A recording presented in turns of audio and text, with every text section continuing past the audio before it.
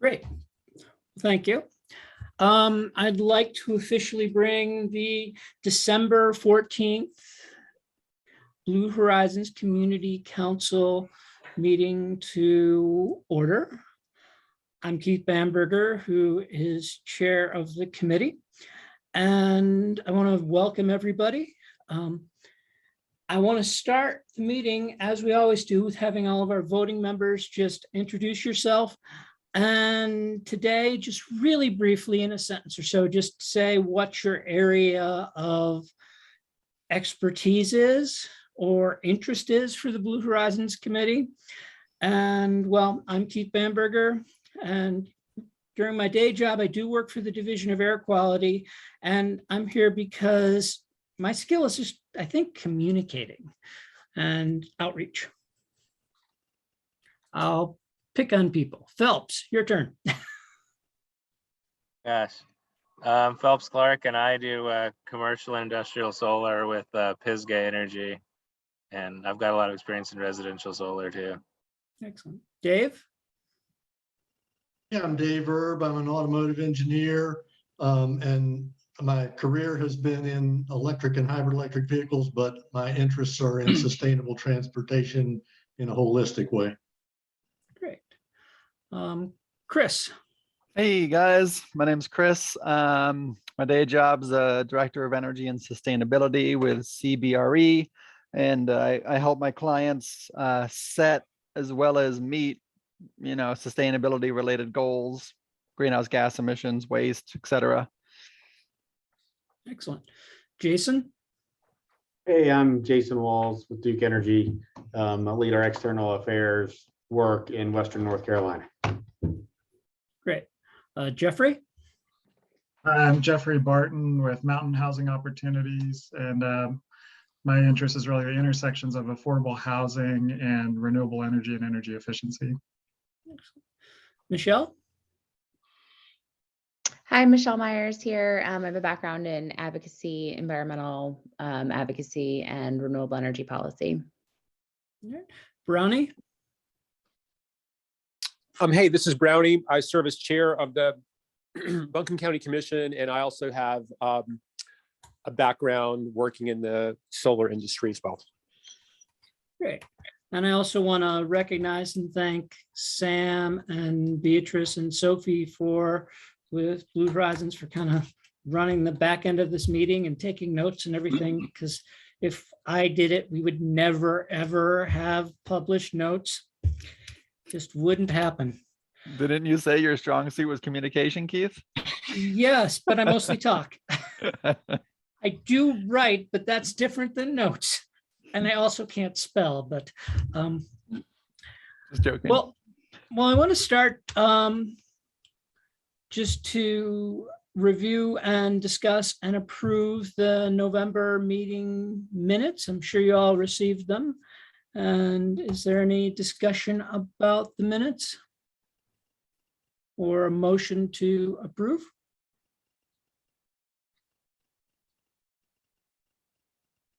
I can motion to approve. Excellent. Thank you, Phelps.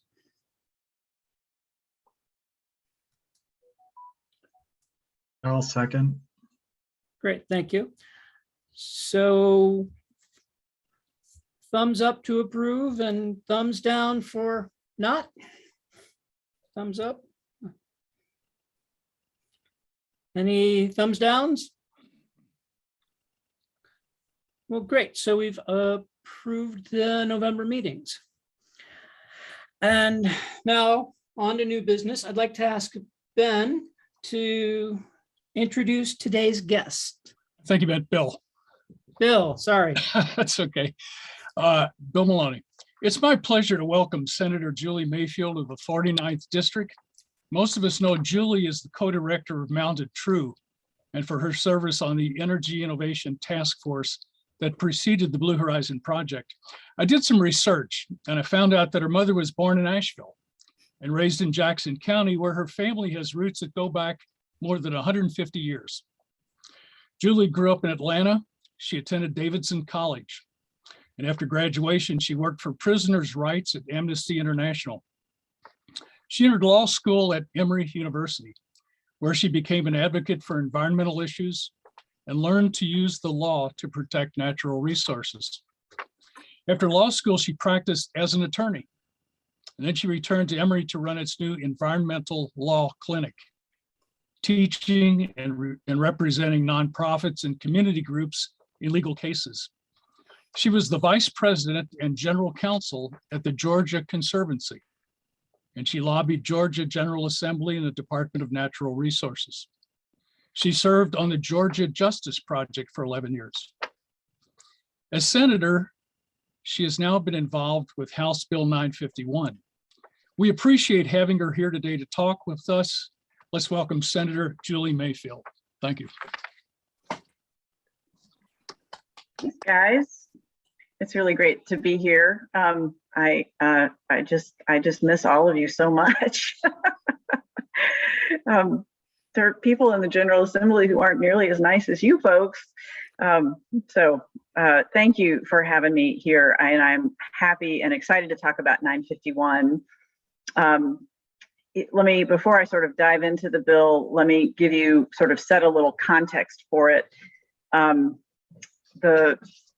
So we were all very excited at the beginning of the session. We thought this was the year that we were likely to get some big energy legislation because Duke Energy had something that it wanted very, very, very, very, very, very, very badly. And that was the ability to do multi-year rate making.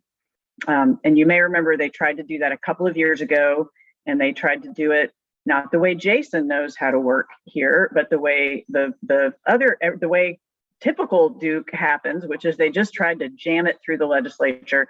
And frankly, they got their hat handed to them on a platter. And so right about that time, they got a new president for North Carolina, Stephen DeMay, and he agreed that that was a really terrible way to do things and that he wanted to do things differently going forward. So we had, as we all know, having the right people in the right places makes a huge difference. And so with Stephen kind of in the leadership of Duke Energy North Carolina, we had an opportunity to have this conversation differently. And because there was this big thing that Duke Energy wanted, we knew that we, meaning sort of generally the legislature, had some leverage to get other good things on energy policy. So that was kind of the framework. We also had, of course, the governor's clean energy plan that had been completed, sometime in 2019 or last year. And so sort of all of that was sitting out there waiting for an opportunity to be codified in some way. So we sort of had those two forces coming together. The bill started out in the House, and the House created a super duper secret process. There were, Duke Energy was at that table. There were a handful of other stakeholders at that table, including NCSEA, but all of the environmental groups, the Justice Center, a lot of the groups that I typically work with were not included at that table. And again, it was a super secret process. Literally no one was allowed to share anything. If they did, they were kicked out of the room. And I think that did happen on at least one occasion. When the bill, and they started working on this in January, the bill finally emerged in, July, maybe. And it was 54 pages of disaster, basically.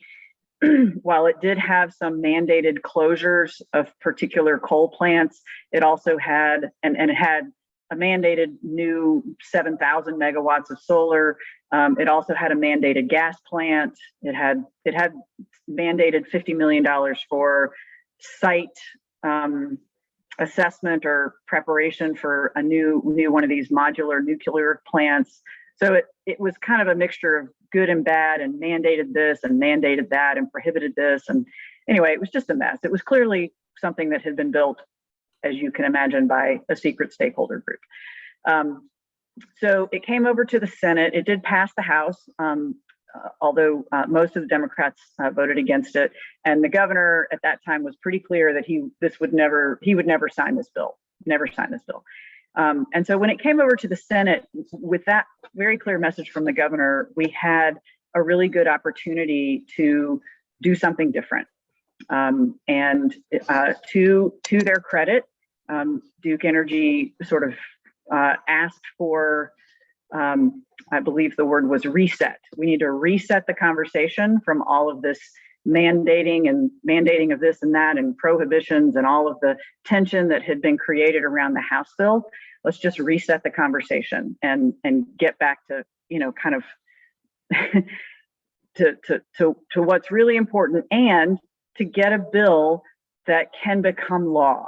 That was the bottom line. That was sort of Duke Energy's bottom line. We want a bill that can pass and that the governor will sign.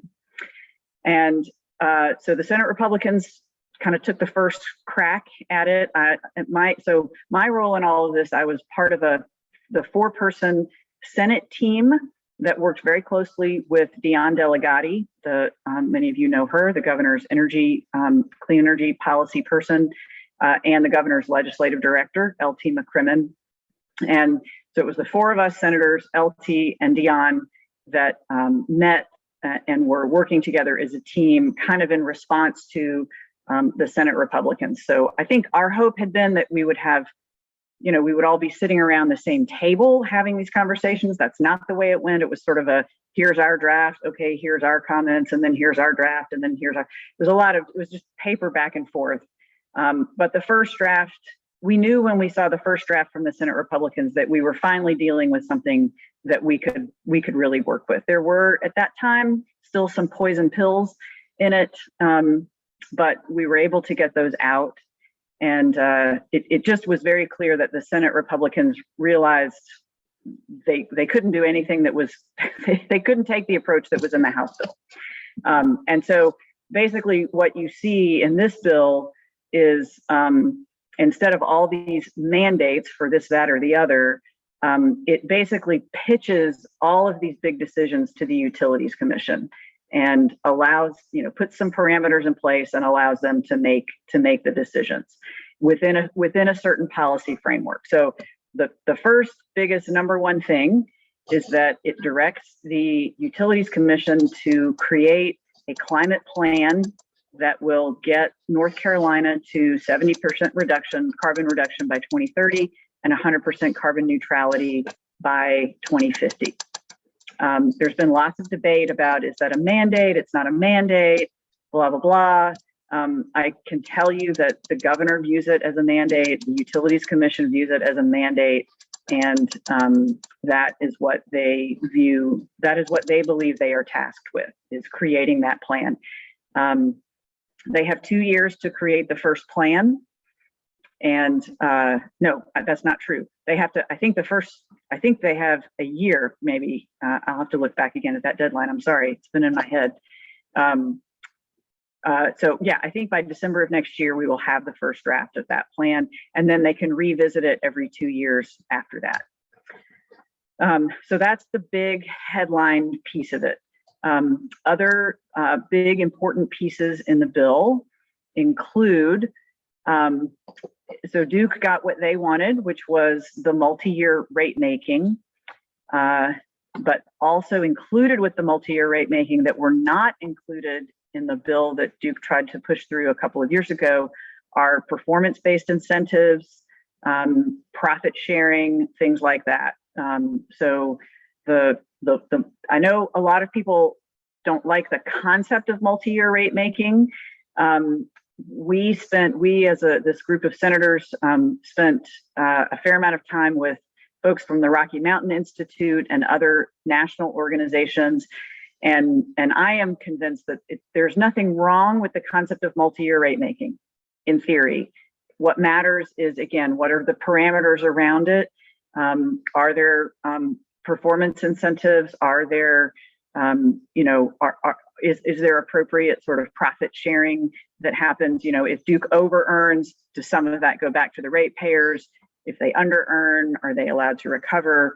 All of that sort of thing. And this bill, as a general framework, again, has all of those things, authorizes the Utilities Commission to look at all of those things. It does task the Utilities Commission with coming up with essentially the framework, the more detailed framework for that multi-year rate making I believe within 6 months. Now I can just tell you right now, they have already said that is not enough time, and we're going to have to come back early next year and give them more time on that. But that is going to be a big piece of this. But in the context of like the performance-based standards, they can look at things like demand management, energy efficiency, low income, burden on low income customers, a whole host of other things, a lot of things that we have talked about around this table, that we wish there could be some leverage over Duke to make them engage in these kind of programs more, and that leverage is now here. It also decouples their profit from their sales, which, as we all know, is an enormous benefit for us.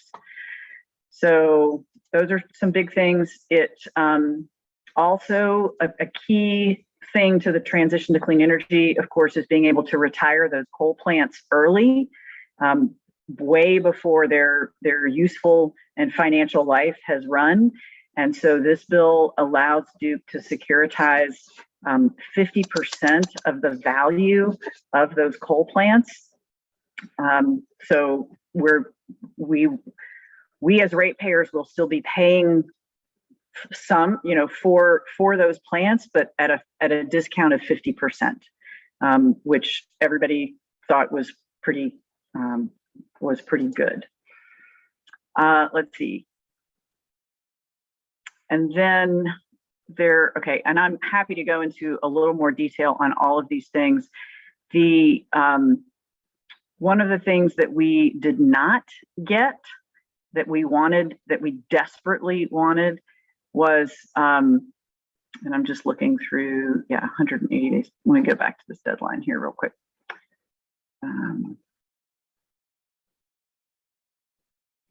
So this point I made about the carbon plan, the first carbon plan has to be finished by no later than December 31st of next year.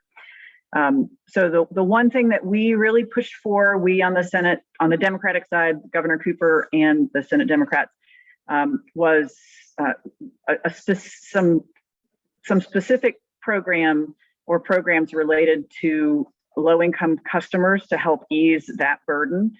And I will just tell you, big picture, we submitted 20 options over the course of 2 months to the Senate Republicans, and they said no to every single one. We started with a program that Duke Energy implements in Ohio, maybe. And yeah, Jason says yes. And I don't remember the name of that program. It has a name. Do you remember? Okay. But it's a great program. Duke Energy is fine to do it. They were happy to do it in this bill.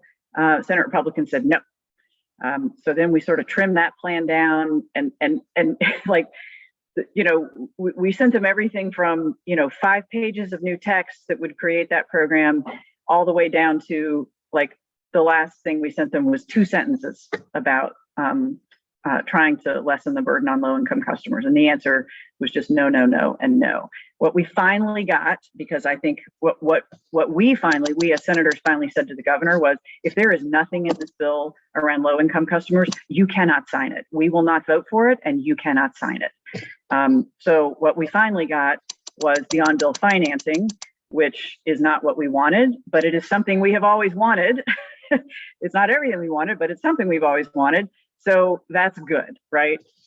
It's not, but we know that it's not going to help everyone. It's probably not, it's not necessarily going to help the lowest income customers. It's not going to help customers whose houses are so leaky that it's just never going to be economically feasible for them to do it.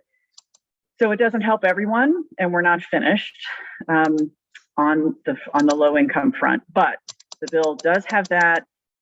It does have the performance-based rate making that includes the ability to look at demand management, energy efficiency, low income burden, and the other piece, we were hoping for a huge chunk of additional money in the budget this year to go toward weatherization.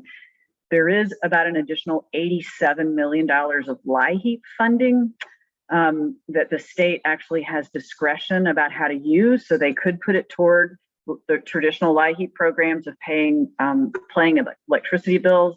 They could also put some or all of it toward weatherization. And the conversations about that are happening right now.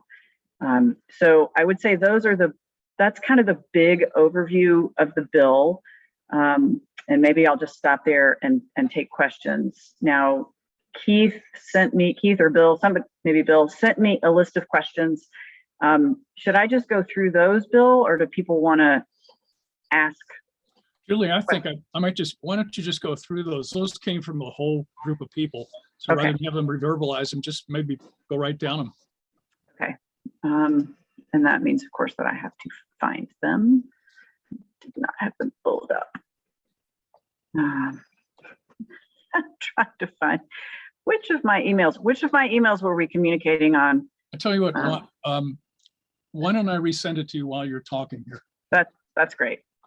Let me find it and resend it to you. Okay. And I think I've answered. And which email are you sending it to, Bill? Why don't I send it to, just give me a second, mountaintrue.org. Great. Is that okay? That's fine. Okay, here we go. Oh, and there it is. I actually found it. Sorry. Okay. I juggle 3 emails on a daily basis, and it's Good. Okay. Actually, just before I dive into the questions, does anybody have any questions just about the general framework of the bill? Anything I didn't say, or any big thing that I left out that you have questions about? Okay. All right. Well, we will just go through the questions then. So the first one is, what do I view as the most important tools the bill provides to help advance our local goal of transitioning to 100% renewables community-wide by 2042? So I think, the general mandate for carbon reduction is very important. That will certainly help us get there. The performance, and so I think it got described to me this way at one point, and I'll describe it to you this way as well, and I think that will help everybody understand that and I will tell you that a lot of, and you may know this, that a lot of the environmental groups opposed this bill when it came down to the vote, and they asked us to vote against it. Not all of them, but some of them. And there were a number of reasons for that. Mountain True was not one of them. We thought that the bill, while not perfect, was better than nothing, which is where we would have ended up. And where was I going with that? Well, I don't even remember where I was going with that. Oh, right. Okay, so the incentives have changed. Here's the thing. So for people, and my view is that there is so much mistrust of Duke Energy among the statewide environmental groups, among the North Carolina Justice Center, that is totally understandable. Totally understandable. Sorry, Jason, it's just totally understandable. I think we all know that. But what happens with this bill is that it completely realigns Duke's incentives, right? Duke now has an incentive, and in fact, I would argue potentially a mandate to get to those goals. They are going to have to propose plans to the Utilities Commission that will meet those goals. So what that means is they are going to be looking for a whole host of renewable projects all across the state to help them do that. And if some of those are located here in Western North Carolina, then that's, that is to our benefit as well. I also think the programs around in the performance-based rate making, around demand management, energy efficiency, all of that is going to be helpful to us as well. Does that make sense? Whoops, wrong one. Do I think it would be useful for the Blue Horizons project, along with the city and the county, to seek to participate in the NCUC proceedings or other aspects of the bill's implementation? A big yes here from me. So the playing field has now shifted from the legislature, where it has been all year, to the Utilities Commission. And the Utilities Commission is going to be where the fights, where the, there's just not a good word other than fight. That's going to be where the stuff happens. I'll just say it that way. That's going to be where the rulemaking around the multi-year performance-based rate making happens. That's going to be where the debate and arguments and deliberations around the climate plan happen. So that is where it all happens now. And I would absolutely encourage the Blue Horizons Project and the city and the county as representatives of a community that has committed to these goals to be there to make sure that what comes out of those more detailed rulemakings and planning helps us rather than hurts us. I think it's very unusual for cities and counties to be present at the Utilities Commission, but I think it's critical. And I think that our city and county have the sophistication to do that. And if there is a way for Blue Horizons Project to be part of that as well, I think that would be great. And you might seek to, I don't know what a lot of environmental groups are represented by the Southern Environmental Law Center in that context. I don't know if that's an avenue, or if BHP would be interested in having its own attorney represent it there. I think that would be something y'all could talk about, but there are certainly people on this call who know SCLC, and I would be happy to try to broker that conversation as well. But I think that would be really important. If I could ask you, sorry to interrupt, but would there be a benefit, do you think, for the Blue Horizons Project to have its own attorneys or own voice, try to have their own voice rather than the Southern Environmental Law Center? I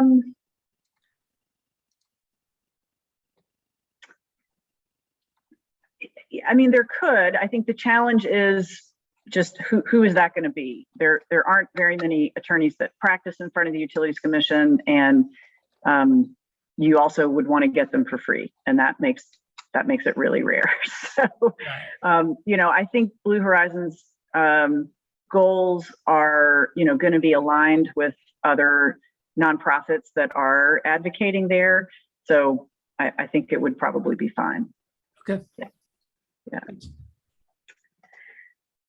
What does the bill do specifically for low-income customers? We've already talked about that. Not enough is the answer. Let's see. Do you see this as Duke having a hard cap for carbon emissions? Will electrification increase demand affect the cap? Yes. I mean, I think I've answered that. I view that very clearly. Some people are pointing at the language saying, well, it's wishy-washy. There is the one way in which I would say it is wishy-washy is the bill contemplates that if there are big projects that are in the works but won't be finished by, say, 2030, but they might be finished by 2031. And I think even for wind projects, it might be 18 months that that date could slip, but it's not going to slip. The idea is that it could slip if things are in progress that we know are going to be completed. It's not contemplated that the deadline's going to slip because we don't have any idea how we're going to get there. That's not what's going to happen.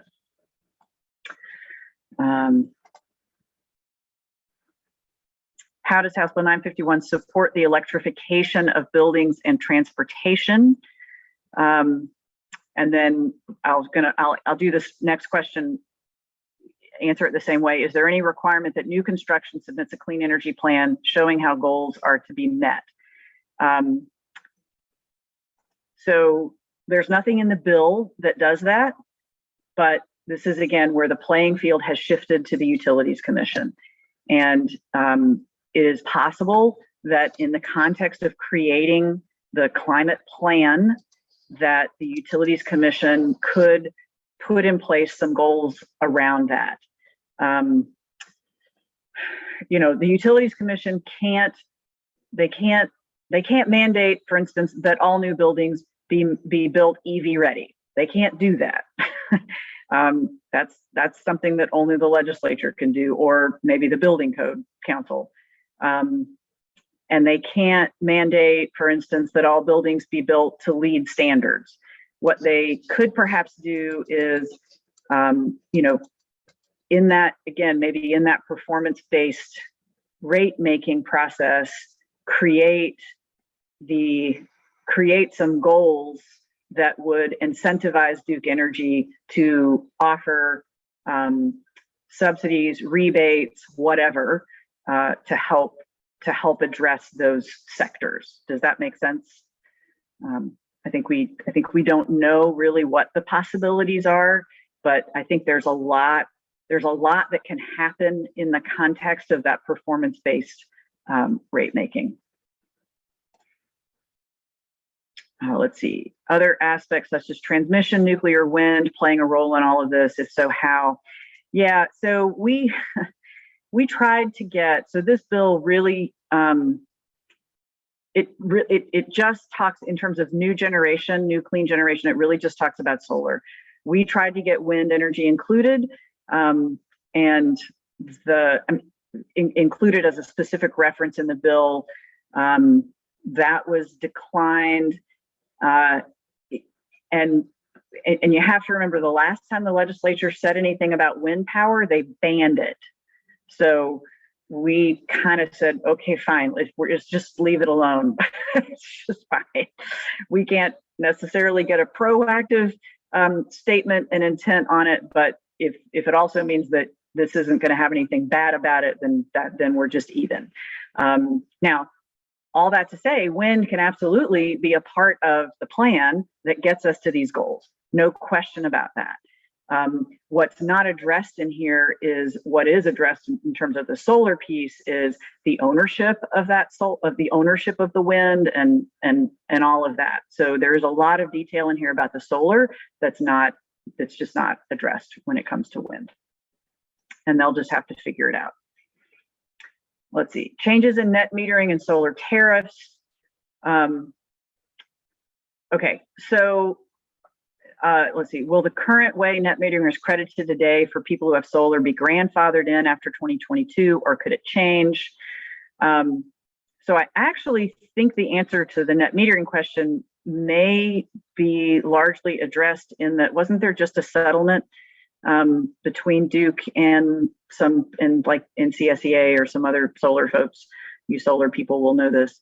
My guess is something like that is going to have a bigger impact than this process, than the processes that come out of 951. I could be wrong about that. Certainly, there could be something else that the Utilities Commission could do pursuant to 951 on that.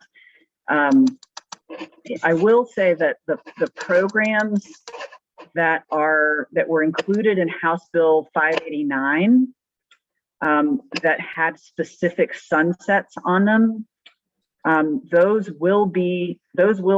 sunsets are still in place. The idea is that the climate plan sort of wipes the slate clean and lets the Utilities Commission, gives them a lot of discretion to create new programs, to reinstate those programs, all of that sort of thing. So, for instance, the rooftop, what do we have right now? It's a rebate? Is that what we have essentially? The individual, commercial, nonprofit. There are rebates for that's right. nonprofit, for Yeah. homeowners and so on, Okay. et cetera. So, and I don't know if those programs sunset. Does anybody know if those programs have a sunset date on them? Yeah, the rebates are running out at the end of 2022. Okay. All right. So those will probably be allowed to just sunset. And then, but in the context of the new climate plan, there could be a lot more money for rebates, or a lot more, a lot higher expectation in terms of, kilowatts for solar on rooftop in these three sectors.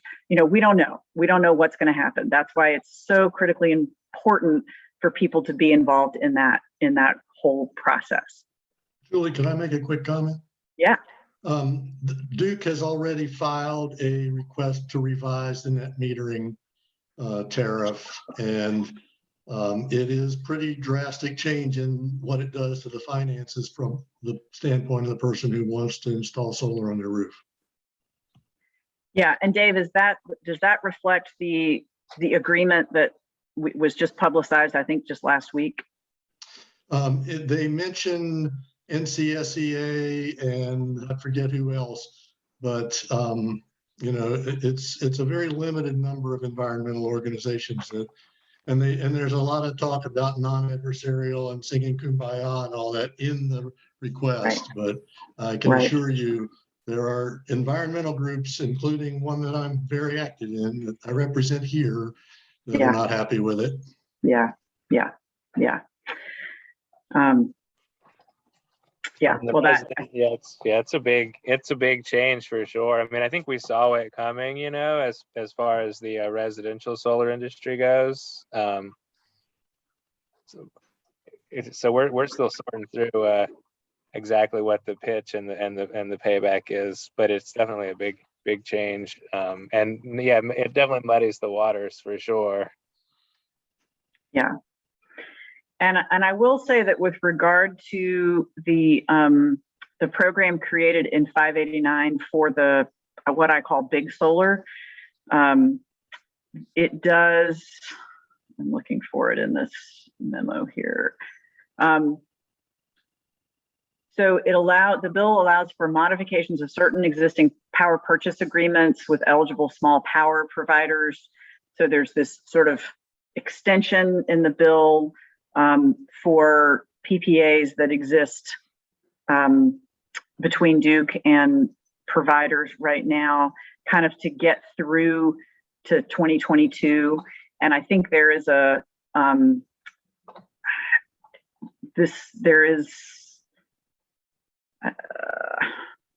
the what is it? Somebody help me, a big solar person. What's the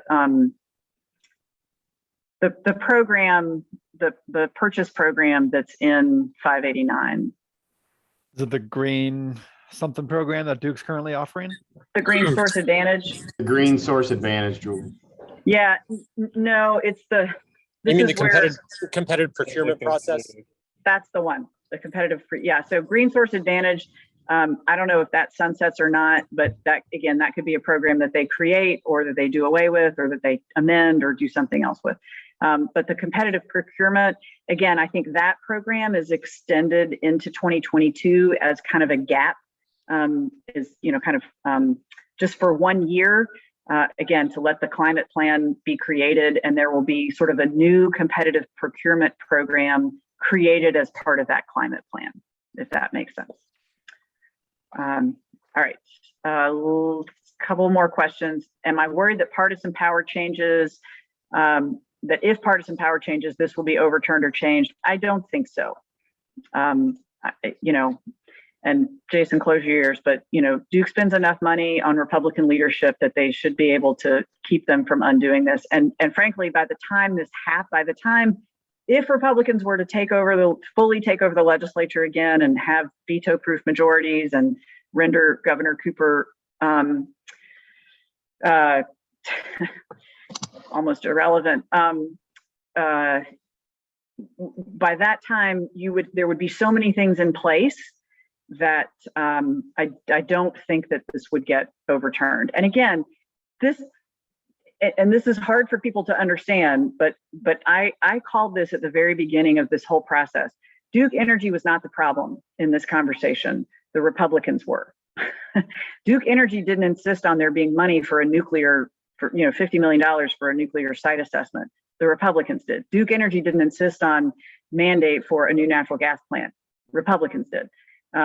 So it was Duke Energy, like so many big companies, in many ways, you know, they were like, tell us what the rules are and we'll go do it.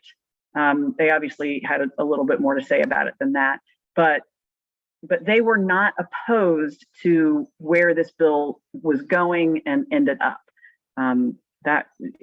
so I don't think that would happen. What can we do in the local area to gear up for and take advantage of 951? Again, I think being involved in the Utilities Commission processes that are playing out are the way to do that. Where there are, these are going to be open dockets with opportunities for public comment. So encouraging people to make comment where that's appropriate would be great. How does this bill deal with both electricity and gas? Does it give us any options in terms of efficiency and storage incentives? And again, the bill doesn't get that specific, but all of that will be addressed in the climate plan. And I will just tell you one more funny thing, and then I'll stop and can take other questions. Those of us on the Democratic side of this, we are absolutely convinced that this bill means there will be absolutely no new fossil fuel infrastructure built in North Carolina ever again. Folks on the other side are absolutely convinced that this bill means that there will be new fossil fuel infrastructure built in North Carolina sometime in the future. And I think that is one way. That's like how we got our people on board, and that's how they got their people on board. And we're going to have to see who's right about that. We obviously think we're right. I think Senator Paul Newton probably thinks he's right, and we'll just have to see. So, how about if I stop there and see if there are any other questions or comments? Yeah, Brad.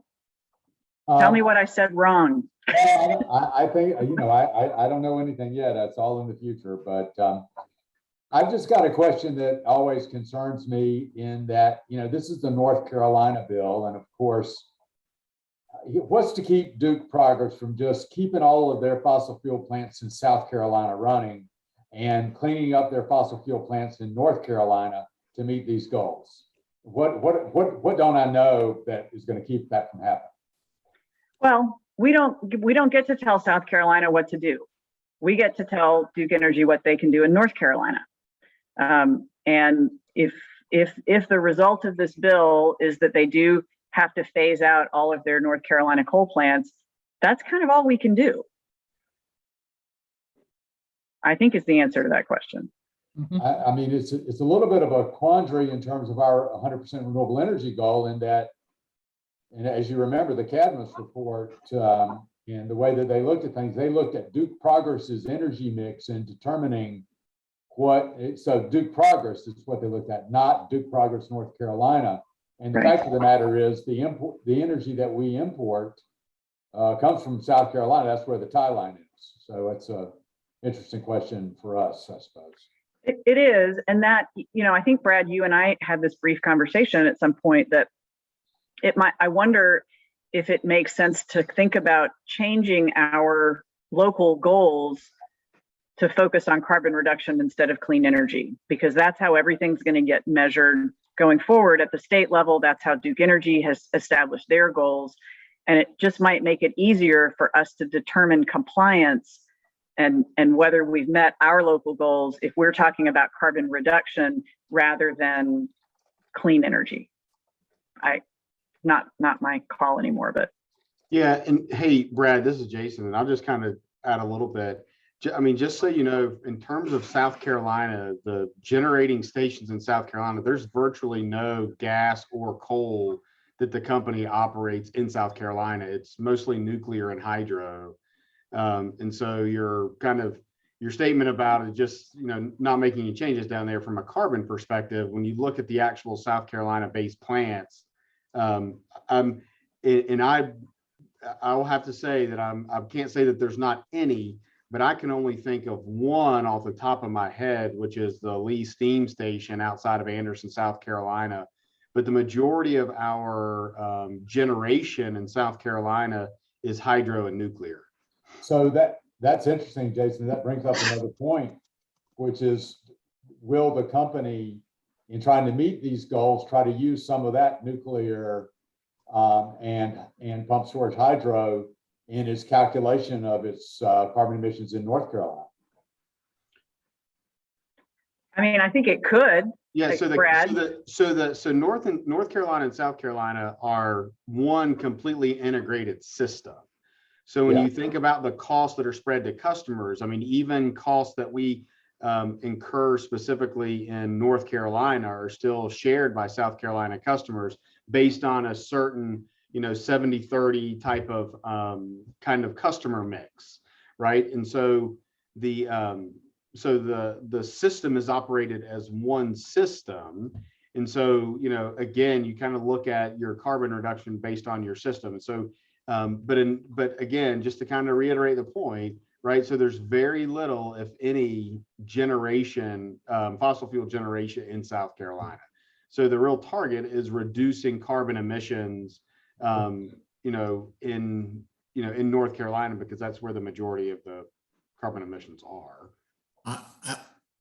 Matt said one quick point. I may be confused about this. I don't know whether this is a question for Julie or Jason, but do I recall seeing that Duke filed a petition to have before the NCUC to have a joint hearing under the carbon plan involving the South Carolina Commission as well, where these issues might be addressed jointly? Is that not right? Steve, don't know. I'm not sure. It's possible that maybe there was a technical conference or something between the two states, but I'm sorry, Steve, I'm not familiar with that filing at all. Yeah. And I just remembered actually one other thing on the low income front that is important and has, I think, the ability again to get us to a better place. And that is that Duke Energy a few months ago opened up a low income docket at the Utilities Commission, and some really good folks are part of that, including one of my fellow state senators, DeAndrea Salvador, who is really as smart as the smartest person on this call, which is not me, about energy and particularly low income stuff. She was our lead negotiator on all of that. She's incredibly smart, incredibly dedicated, talented. She ran for folks who don't know about her, she's out of Charlotte. And she started and used to run a nonprofit that was all about getting solar on low income homes. So she's very familiar with this territory. So she's great. What else can I answer or say? Chris? I recognize none of us can look into the future, and unless I'm missing something, it's cool that this has been passed, but we all want to know what's going to go into the plan, right? And then also, what is the mandate for anything to happen with that plan? Can you describe to us, if we're going to fast forward to the end of next year, what's it going to look like when that plan is made and what's required to do anything about it?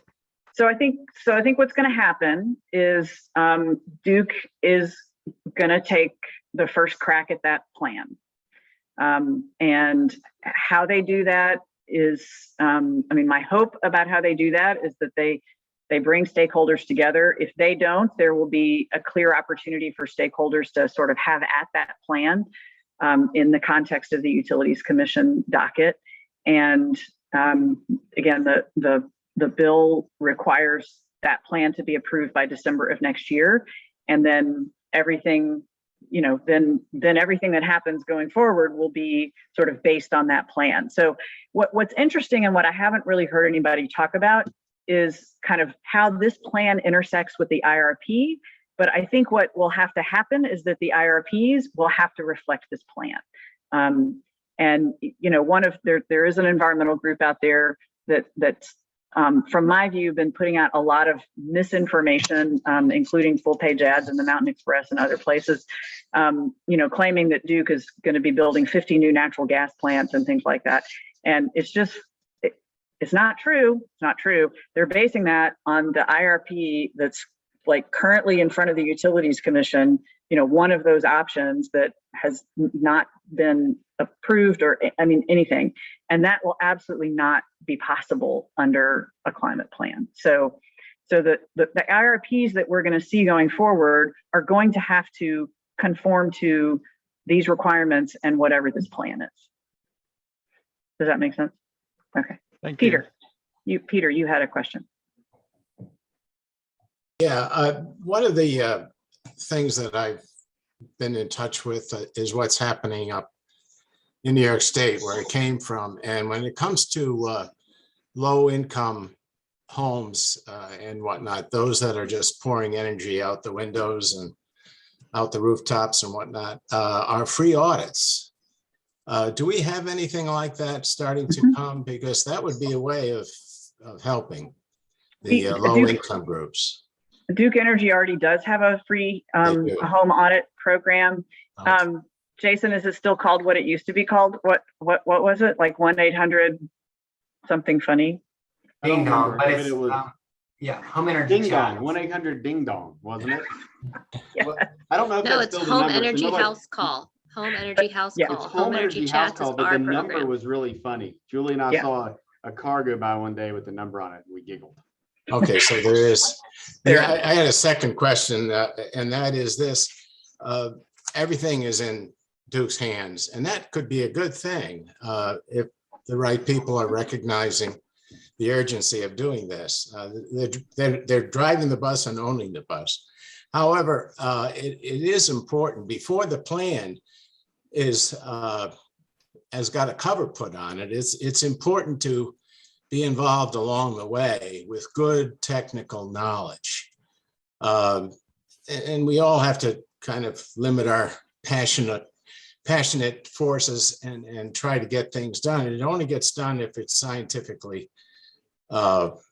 based. And I think our group, the technical committee, can do that. So my big question is, how often would we as a stakeholder component be involved in that plan? Is there any kind of set schedule that is anticipated?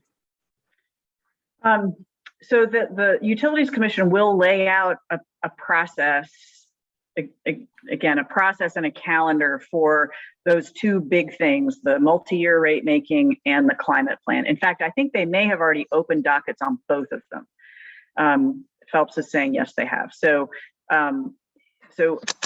for those of you who know how to navigate around the Utilities Commission website, I just recommend that you go there and see what that timeline is. And I agree. I mean, again, that one of the beautiful things that we have here in this community, including from so many people on this call, is just unbelievable technical knowledge. And I think to the degree that we can make that we can put that knowledge on the table in these processes, I think we should. I absolutely think we should. I want to push back a little bit on one thing you said. I don't think Duke owns the bus and is driving the bus. Duke is going to own most of the new generation. That split for new solar is 55% Duke ownership, 45% other people. And that was a negotiated percentage. It's probably not where Duke wanted it to be, and it's probably not where the solar people wanted it to be. So maybe it's exactly the right place. But the Utilities Commission they are squarely in control here in terms of, in that they have to approve these plans. So Duke cannot just create a plan and say, this is what we're going to do. It has to get approved by the Utilities Commission. And I'm making a point about this because some of the pushback on this bill is that the language makes it look like Duke is on par with the Utilities Commission. If you dive down into the language, if you took any time to look at it, a lot of people are saying, oh, this puts Duke Energy at the same level as the Utilities Commission. They have to agree on things together. And that is not true. That is absolutely not true. Duke actually put out a memo the day before the bill was voted on that said that is not true. The Utilities Commission is in control. We are, simply a really important stakeholder in front of the commission, but the commission will make the ultimate decisions here, not us. Okay. Julie, if there's nothing, we could go on with this thing the rest of the day here. Should I, at this point, let me just say Ask a couple questions. thank you for being with us. Wait. Oh. May I ask 2 points? Do you have a minute, Julie? Go ahead. Yes. Go ahead. Okay, well, first off, it strikes me, I could be wrong, but I think Duke used to own all, if not most of the generation. So it sounds like a change. So I have kind of 2 points that I just wanted to ask you about. One is, it seemed like I saw in there a green rider was required for all customers going forward. And I think that's probably a big possibility if I'm right. Whereas it used to just be large industrial customers and such could request a green sourcing. Now we may be able to all request that, and that might drive this process some. I think that's true. So again, I think the bill did not intend to get down to that level. I think what it may do is authorize the Utilities Commission to consider that,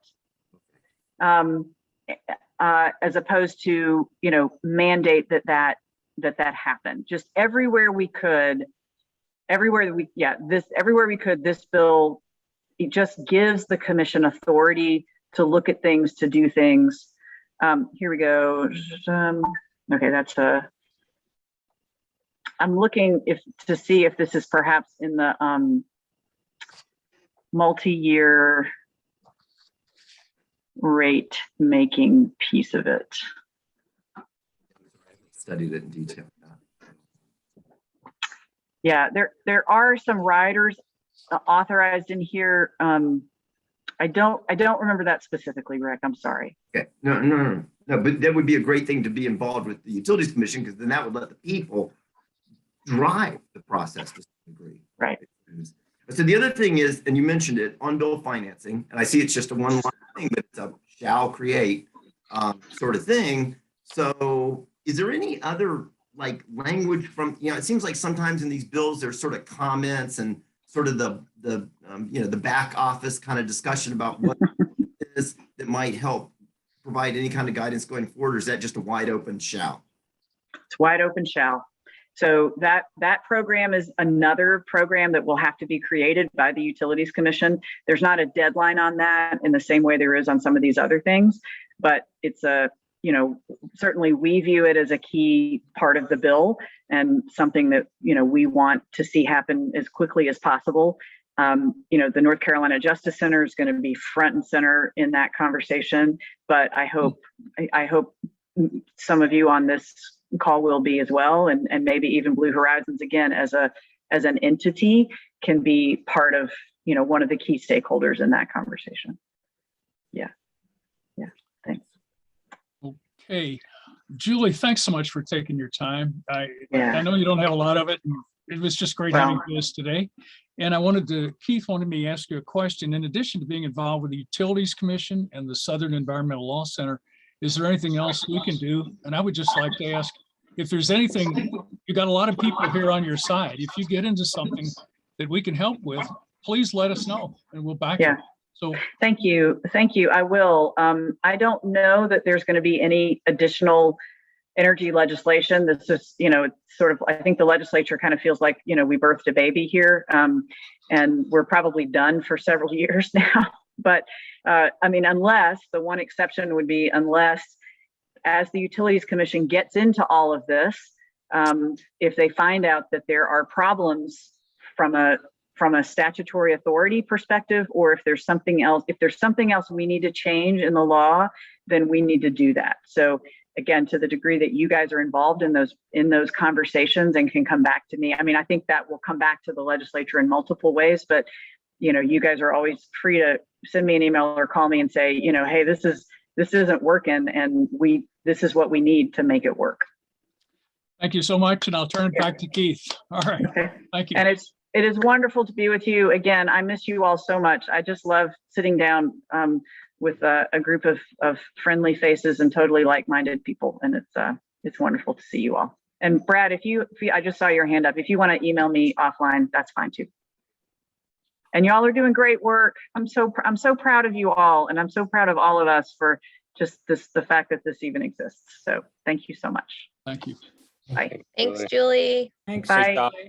And thank you, Bill, for setting that up and helping us with that. And of course, the next big question that I have is who wants to be on the committee that's going to talk to the Utility Commission? But we'll talk about that later. Next thing on our agenda is actually about the community engagement strategy, which Beatrice, Sophie, and I have been working on. And Beatrice, would you like to talk about that some? Yeah, thanks, Keith. I have a presentation. We're a little behind time, so I'll try to just go quickly. I will start with sharing screen. And okay. Can you all see? Great. Let me put it in presentation mode, sorry.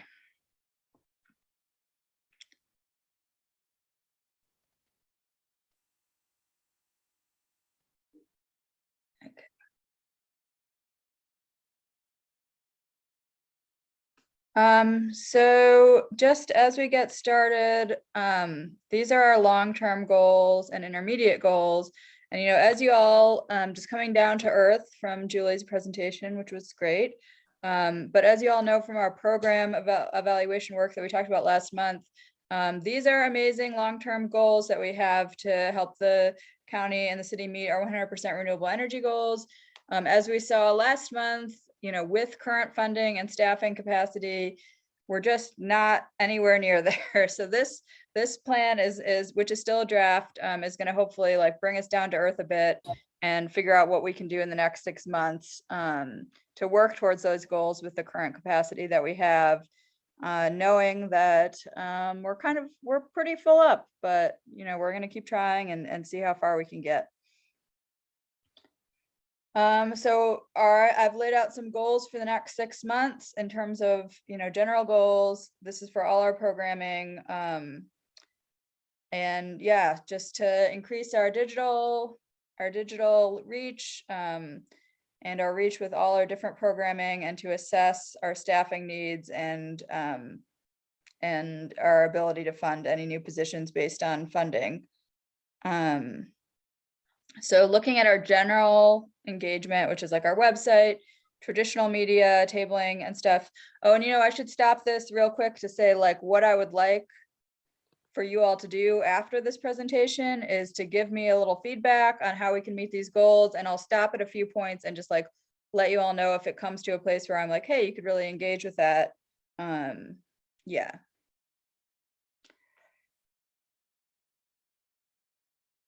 So yeah, our key messaging about like just that renewable energy is for the whole community and everyone can participate. Everyone can save money. So looking at our general engagement strategies for digital media, Keith suggested starting a home energy tips group on Facebook.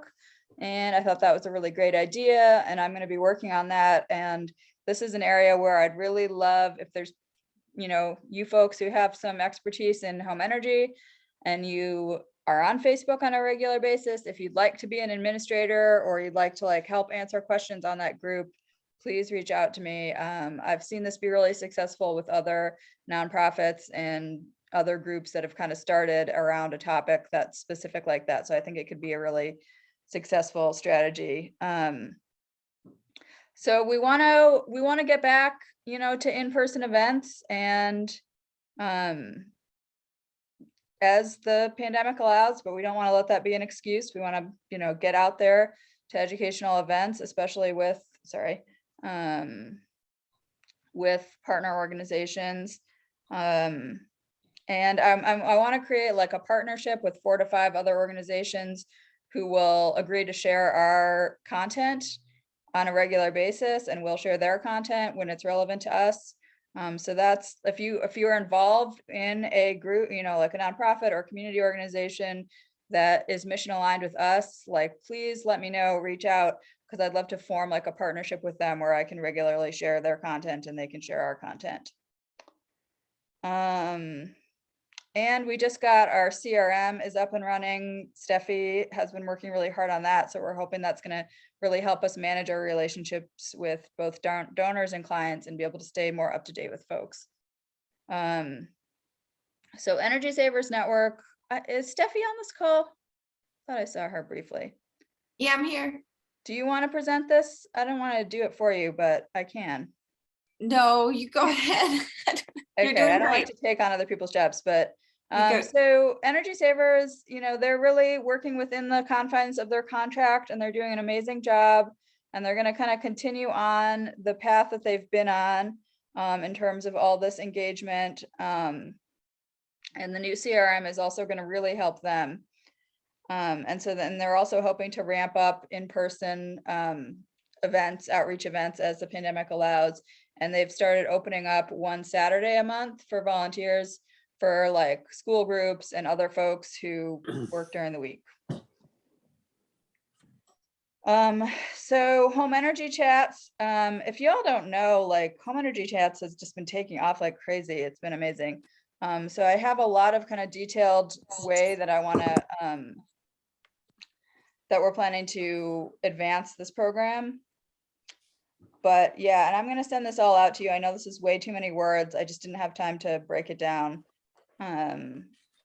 But posting about it weekly on social media has worked pretty well, and continuing to do like budgeting regular ads in AVL Today and Mountain Express on their online platforms works pretty well. And we want to make sure that we're reaching out to, both for this program and for all our programs, to folks who are in areas highlighted by the climate justice map put out by the city of Asheville. So we want to make sure that we're being in touch with media outlets who serve those populations, like Ola Carolina and the Urban News of Asheville, and other outlets that serve specific communities of color and low-income communities that were highlighted in that map.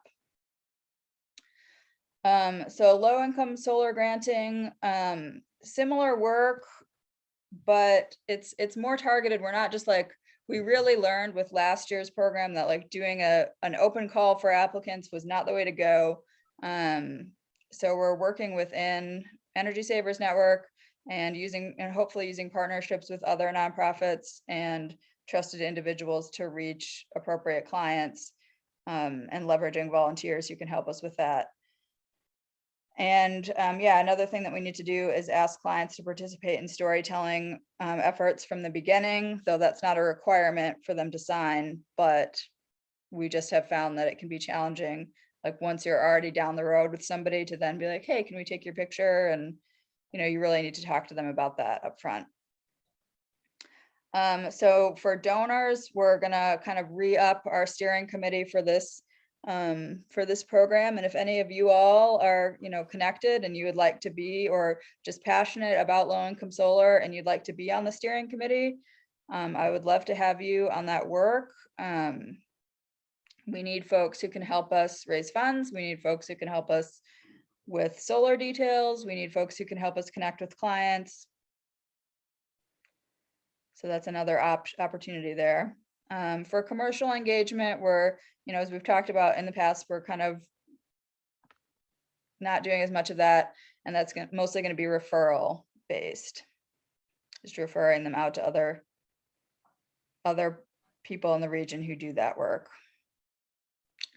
And future projects, one thing that we're going to work on over the next 6 months, and one thing that's kind of come to our attention, is that through attending some workshops and just talking amongst ourselves as staff, we've kind of realized that we need to do more collaborative engagement with the community.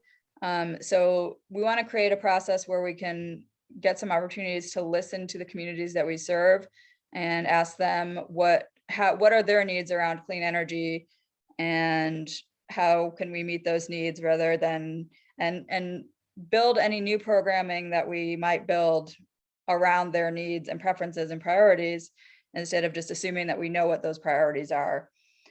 So I'm hoping that in the next 6 months, we can build out how to do that engagement, because I don't necessarily know how to do that. And I would love to bring on more expertise on how to do that. So that's the community engagement strategy plan so far. And like I said, it's still a draft. So any input that you all have is great. I'm going to stop share and I'll open it up to some brief discussion, because I know we're behind our schedule.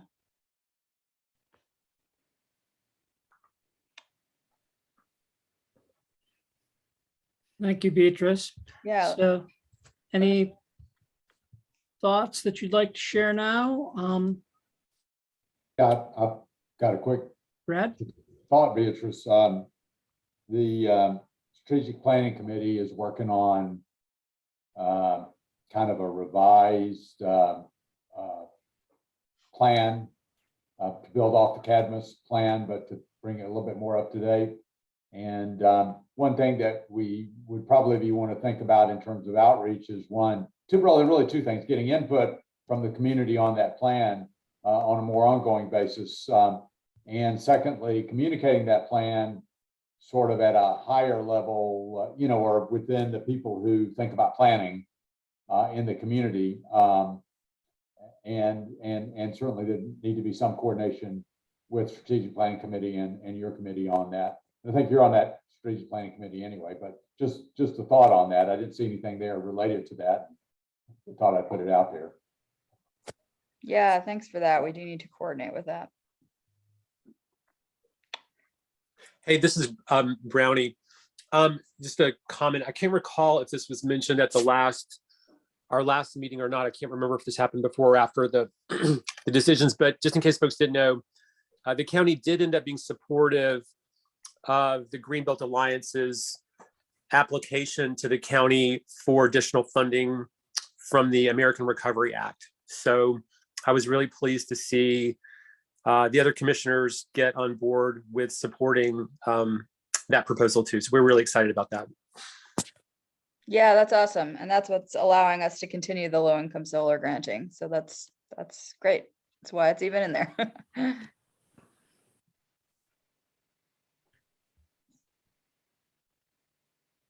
So, and is anybody raising their hand for any of the things that I mentioned? You can feel free to email me later too.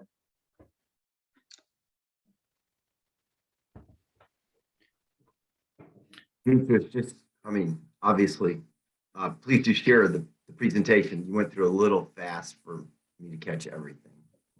I know, yeah, I know we're behind on schedule, but We'll make sure that you get a copy of that, or everybody gets a copy of that. See.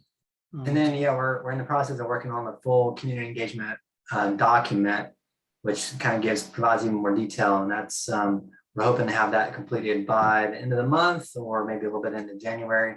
That's one of our deliverables for our contract, which will kind of lay out all the things that Beatrice talked about, and some budgeting information and messaging, and who's going to do what, and timing, and all that good stuff as well. So there'll be a chance to like review that and see like, oh, I want to plug in on this or that. And when that's events or promoting via social media or being interviewed for a video, there's lots of ways to plug in to just spread the word. yes, and thanks for reminding me on that, Sam. I also wanted to share a little video that I did with a short video that I did with Dave Erb over the last month.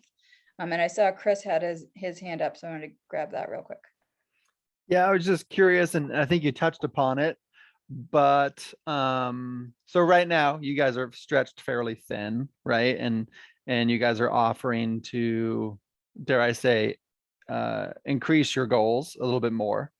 Is this something that you guys are hoping to get additional funding to get more staffing on, or do you guys feel like this is within, because this is you and Sophie's more or less work, I imagine?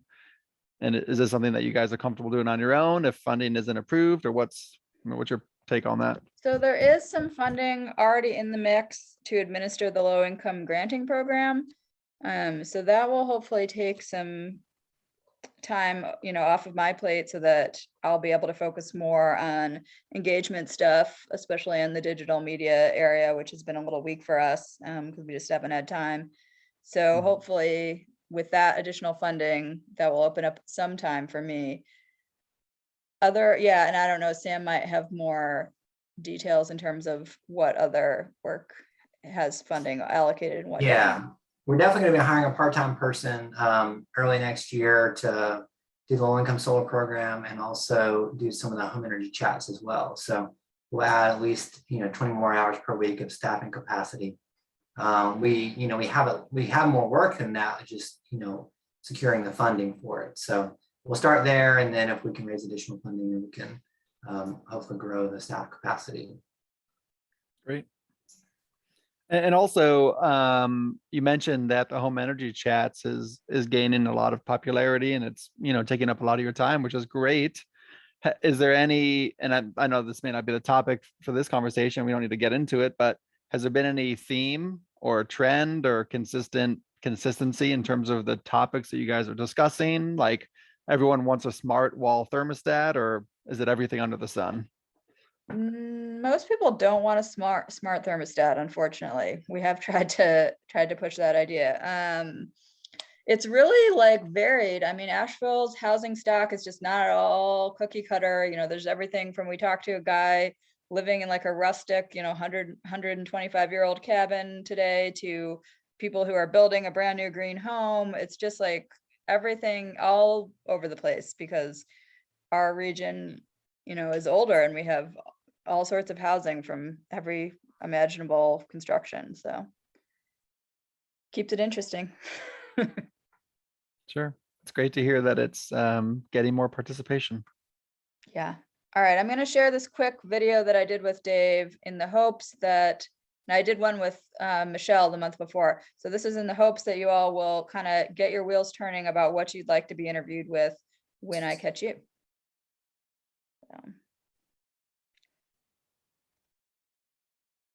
All right. Can everybody see?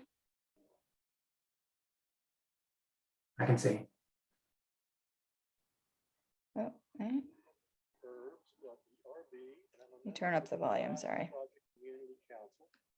We're a group of concerned citizens who've been brought together to assist the city and county in meeting their 100% renewable goals and other sustainability related issues, to advise and to help, to assist. I'm a big believer. One of the reasons I wanted to join is that I'm a big believer in the value of individual action. The things that we do as individuals matter a lot. And so there's an educational component to Blue Horizons Project that really speaks to tugs at my heartstrings. No one of us put us into this situation with climate change and the other things that environmental degradation that we're concerned about. And no one of us acting alone is going to solve the problem, but every one of us needs to act to do what we can individually to solve the problem. And so the Blue Horizons Project gives me a chance to help educate in the areas where I am competent to do that. I was an educator. I was a college professor who taught engineering for 32 years. And my specialty is sustainable transportation. So this is an area where I can bring that background to a community-based effort to stimulate both policy action, but to me, more importantly, individual action. Okay. So that was a short, intro video that I did with Dave, and thank you so much for stepping up to do that, Dave. And then I did a longer video about with support from the team. Oh my gosh, sorry guys. We have recently worked on a reassessment for our B Corp certificate. Darn autoplay. I know. So at least it was the Blue Horizons Project's autoplay. Yeah. So, and then we did a longer, more educational video about EVs, and that has gotten really, really good engagement, and videos in general get really good engagement. So I'd really love to do more videos with y'all to highlight your expertise on whatever topic, you have expertise area in. I would like to work with you on that, and I'm getting better and better every time with the videography and video editing. So please be in touch, and I will be in touch with you about that, because it really does make a big difference for our engagement.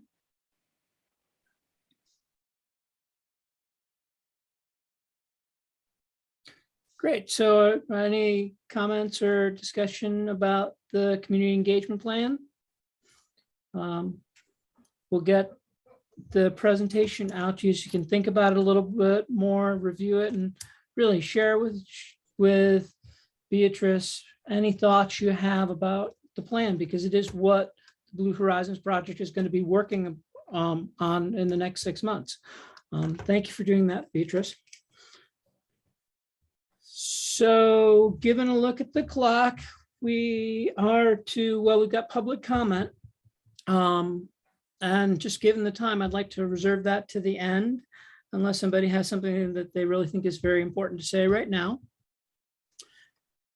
We have 9 items in subcommittee and standing reports, so that gives us about 3 to 4 minutes per item. But we'll go ahead and start with the 100% renewable strategic planning committee with David. And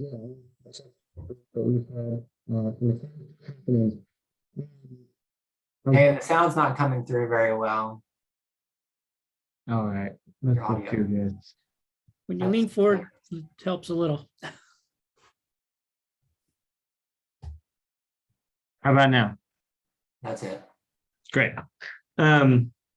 So I think I was just trying to say that we did some collaborating with Keith McDade and Lenore Ryan grad students, and they gave us so many presentations on some research they did into what other regions and cities are doing who have adopted similar plans for renewable energy goals.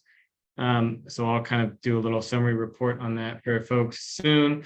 We also had a lot of progress in the agrivoltaics discussion in sectors. Michael Totten came and gave our committee a really awesome presentation talking about the importance of it, the merits of it, some of the roadblocks, and there's been follow-up discussion about, hopefully 951 will ease some of those roadblocks, but there's a lot of moving parts going on there. And then, as Brad mentioned, we're getting some really good progress going with sort of just a pathway outline and sort of the recipe of the different parts in order to figure out how to get us to that 100% renewable energy goal. And so we're kind of filling that out, making it a little more robust. But yeah, we've got some good stuff happening. I think that's, all in there. Keep it brief. And David, is it true that there's a possibility we will bring a draft of the year 1 plan at our January meeting? That's kind of something we've potentially talked about. So we want to do more in depth, right, in January? I think we might bring a draft of part of it. Yeah. Well, we can certainly put that as one of the main agenda items for the January meeting if you all are ready for it. Just okay. Let us know when you decide. Yep. All right, let's move on to fundraising with Sam.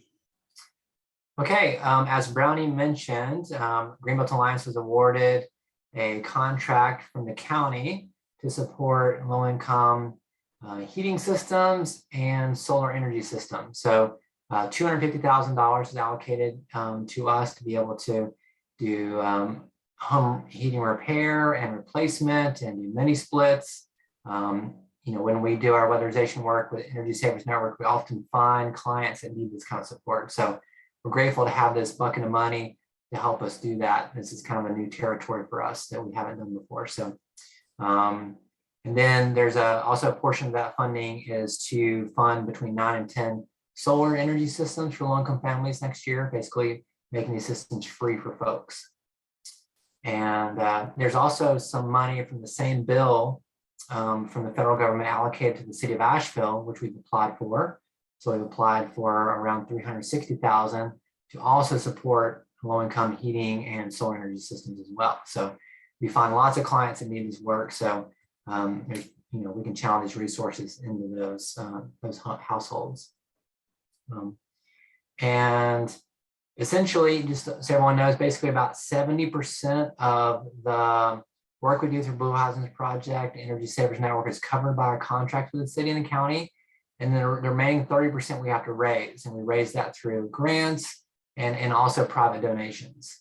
So we're in the process right now. We sent out a request for support as part of the year-end campaign to lots of people in the community. So I don't know if anyone here got our letter in the mail, but if you didn't, we would love and appreciate any sort of support or donation you want to make towards Blue Horizons Project, Energy Savers Network as part of your year-end giving. You can go to our website, greenbelt.org, and do that. And it really helps us, continue this work. And we really, we really value the support of lots of people in the community, and only through donations can we really make this thing whole. So please consider supporting the program with your dollars. Thanks. And then, yeah, and then we're just, we're planning our 2022 budget right now. And so, there's a lot of grant writing and a lot of fundraising to be done next year. So we're definitely going to be doing our best to meet all the goals, but it's going to take concerted effort to get there. Any questions, comments? All right. Let's move on to program evaluation with Sophie. Let's see. Sophie's not on the call anymore, but just so everyone knows, I did send out an email with the latest version of the program evaluation right at the beginning of this meeting, so you can kind of see where it evolved from last time. There's quite a bit more text in there, and also our impact numbers also grew as well. When we presented it last time, everything wasn't included in that, and so we were able to go back and look at the numbers more deeply and refine them in order to be able to be more comprehensive. So you can see that that report.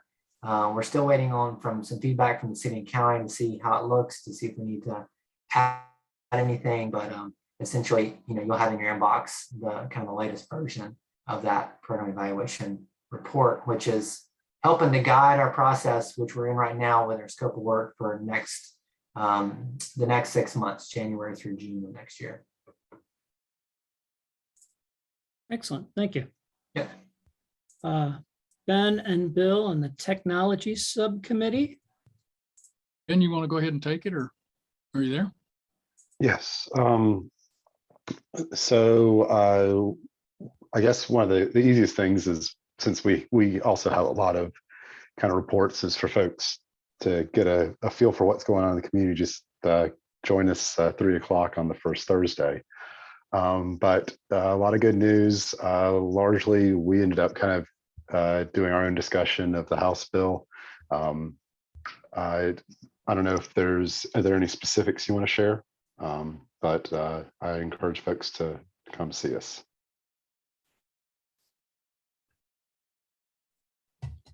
All right. Great, thank you.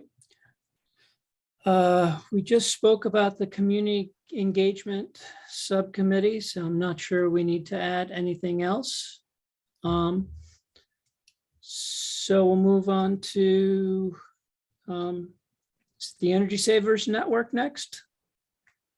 Yeah, just briefly letting everyone know we've got a lot of clients these days, and things are going really well with Energy Savers Network. There was a Blitz event this past weekend, and how many houses were done, Brad? I can't remember, was it 2 or 3 in that one day, but yeah, things are really going well with the ESN. There's a good crew of volunteers, and we're in the process of hiring a crew leader to support our work. We've got a couple of good options that we're in the process of interviewing this week. And yeah, that crew leader person we're hoping to bring on soon, so we can get back into and supporting the housing authority with their energy efficiency upgrades as well. So just one other piece about ESN, we are looking for another vehicle. If anyone has a vehicle, a van or a truck, or knows where to find one for inexpensive, we're looking for a vehicle to support ESN. So keep us in mind for that. Great. Solarize, solar crowdsource.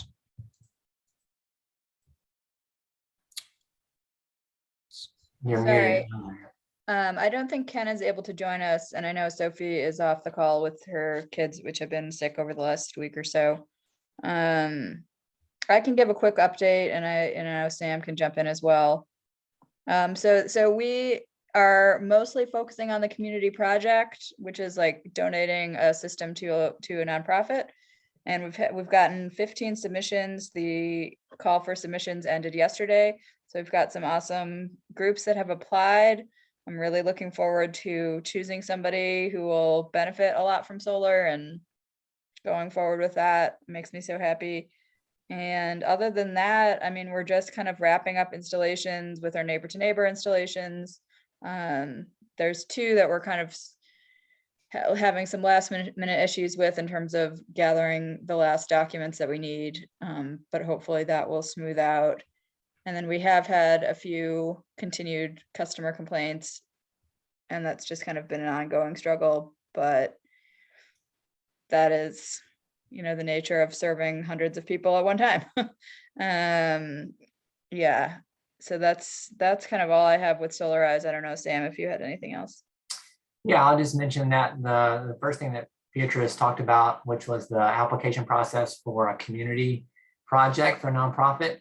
Part of the contract to do Solarize was a certain percentage, maybe it's like 1% or something like that, would go into funding a system for a local nonprofit. So I think there's like $50,000 or $60,000 available to help support a local nonprofit. And we've got some great applications in. So there'll be, you know, that money, 50 to 60,000 plus the nonprofit rebate available from Duke will help, you know, get a system maybe close to $90,000 on a roof of the local nonprofit. And then, you know, as part of the round of funding that Buncombe County is providing, and perhaps the city to continue to do low-income solar, we're actually going to be able to put in a request for proposal next year to select a different contractor, or, you know, who knows who'll win it, but it'll be a lot fewer systems. It'll be kind of like in the 10 to 20 systems type range instead of 180 systems.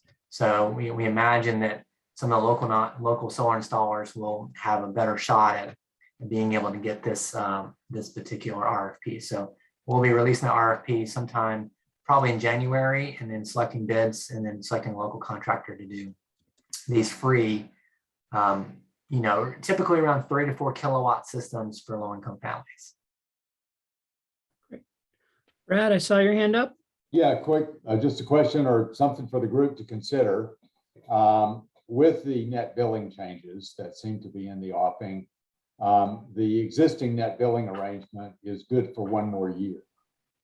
And what I wonder is, should there be a move in this group for some kind of scale down Solarize campaign that would happen in 2022 to take advantage of that expiring benefit? I mean, it is going to not be as good going forward for the customer, and should we try to leverage on that to get more next year than we would otherwise get? I know y'all got don't have enough on your plate, Sam, but Well, is it clear, Brad, that all net metering contracts would remain on the existing rate if the new rate comes into effect in 23? Is that a guaranteed? According to my read, and Dave may have some comments on this, they are left on the contract through 26 or 27. Then there's a new arrangement that may still be better than the new deal that would be available for another 10 years, but not as good as what they have now. There may be a different minimum charge or something. I need to go back and read it again, but there is an extension of a better deal for people who sign up in 2022 than for people who would sign up in 2023, is my read of it. That's my read too, Brett. Has anyone done an analysis based on this, like how much the economics change for residential rooftop PV? Like I'm in the process of doing that, Sam. And I'm doing it for Sierra Club, but I intend to share it with this group too. I'd like to see that, Dave.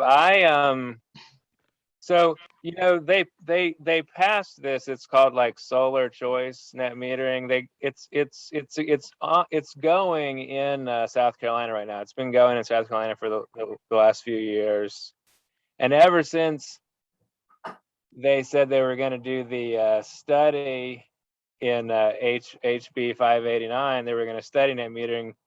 We've kind of known that Duke was going to bring this to North Carolina. I think that's actually the joint docket that Steve Barron was referencing earlier, where they wanted to just go to both utilities commissions regarding net metering. And I think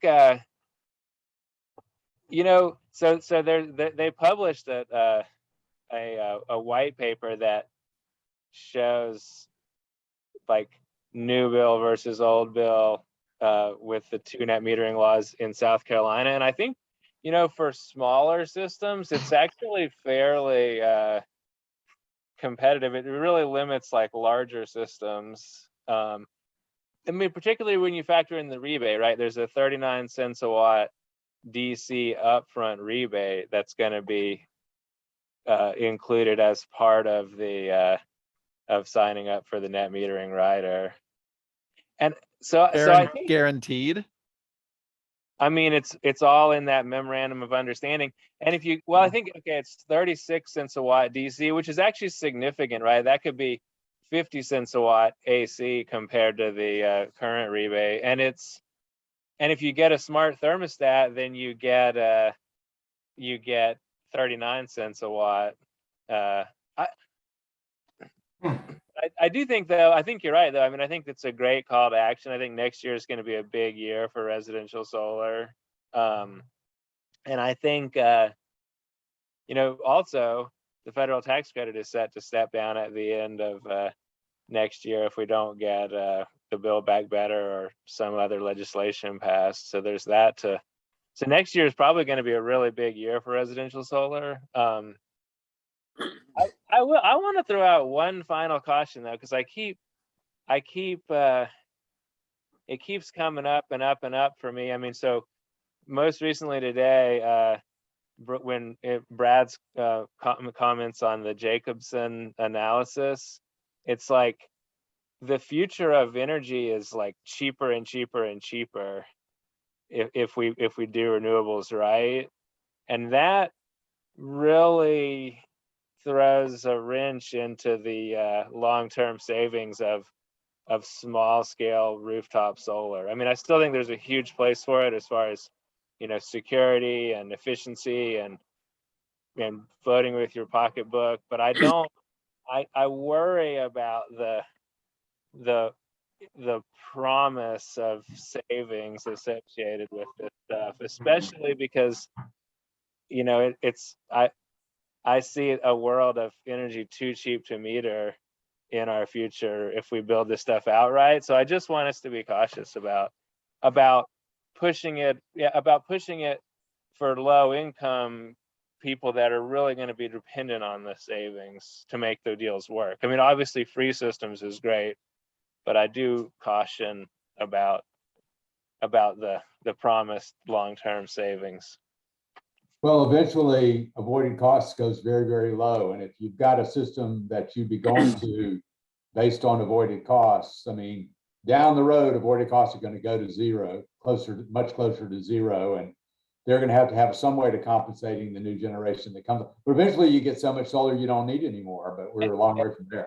And that's the other thing the new tariff does or the new rider does is it basically envisions that future and it encourages storage and the whole package for net metering customers. So I kind of think it's forward looking. I got to jump in here on this notion of batteries, local batteries. Duke's logical role in the grid we want to see is managing the grid, managing a whole bunch of flexible inputs. The storage belongs with Duke, not with the individual customers. It's idiocy to expect the customer who you're not compensating adequately for their generation to then provide the one service that Duke really logically should be providing in that future grid. Well, Duke should actually provide that service in the home so you get the resiliency benefit as well.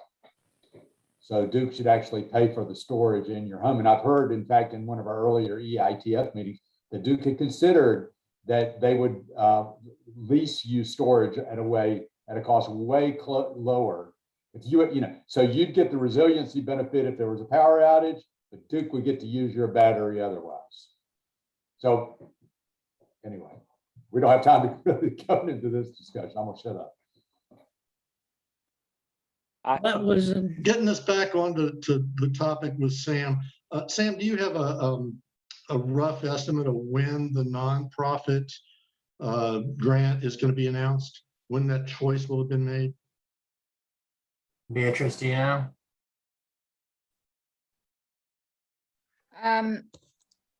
I thought, I'm not sure. Yeah, I'm not sure. Sophie has been mostly following up with that. We have a meeting about that tomorrow morning though, so we'll know pretty soon. We've got the applications, we just have to sort through, and then it seems like it probably should be announced fairly, within a month is my guess, but I'm always optimistic about time.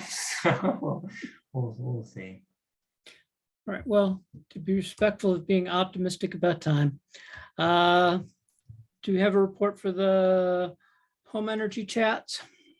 Well, one just real quick. Yeah, Brownie, did you have a comment? I saw you like come on and cut your mic off, so I wanted to see if Brownie had a comment. You're muted, Brownie. Hey, sorry. I was just going to say there are all these changes. As Phelps was saying, I think a lot of people in the solar industry are actually pretty bullish on the net results of some of the changes. So, but let's all get the analysis going on that. I think there probably are some winners and losers.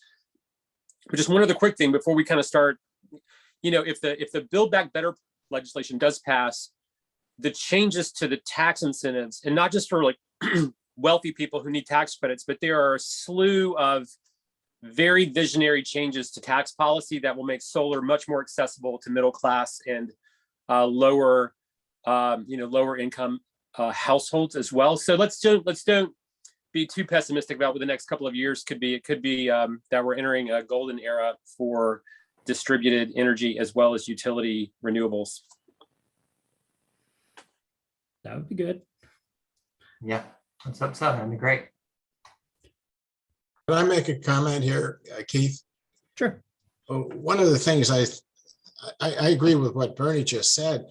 I think we should be optimistic, even if the avoided costs or profits are going to decline on the net metering concerns. Solar is always there, and I think its most useful purpose down the road, if nothing else, is going to be to meet peak demands. And we're seeing where the peak demands oftentimes occur in the coldest sunny days, and certainly the hot summer days and spring and now fall days that are getting more and more. So solar, I think, is always going to have a place, even in addition to the solar farms and big solar installations like we've got going with Woodfin through Duke. So I think distributed power is always going to have a place, and we have to be concerned as well down the road with respect to power outages. So it's always going to have a place during the day, and that's where solar is important. All right, thank you. So does the home energy chats, do we have a additional report on that? I'll just give a quick update, which is that we did this experience ad with AVL today, and we got just insane engagement from that, and we are booked up for the next 2 months. Sophie and I have maybe not quite 2 months, but for a while. And yeah, we've created a back end system, which has really helped. One thing somebody said when we were talking about this, nobody plans for success, and it was so true. That's something to think about is, when you're planning a new program, plan for it to be successful, because you never know when it's going to take off. But yeah, so it is really taking off, and I'm just looking forward to seeing it get the resources and, expand over time, because it's very clear that there's a desire in the community for that service. Excellent, great. All right, so do we have any public comment? I know I delayed it from earlier. Rick? You're muted, Rick. Yeah, so a couple things, and I've held off in that discussion, and I'll just throw this in to start with. I think all you guys, this all comes together, so I'll start it the way I was going to do it. You might have noticed that Julie mentioned something that we've discussed a couple times before, that the mission the Blue Horizons project ended up on paper being 100% clean energy, which I didn't really actually remember that was what we ended up with the discussion that day in the public meeting, but it is what it is. And for those who really understand this, they understand that 100% clean energy also implies the other stuff, mainly in things like HVAC, which is, by the way, still right now, 50% fossil energy going in here, even in Nashville. And so, you know, these things are directly related. And it's a very interesting point that, of course, what she said is that the mission should maybe be more aligned with carbon reduction. And actually, you guys just had this whole discussion about the benefits of solar.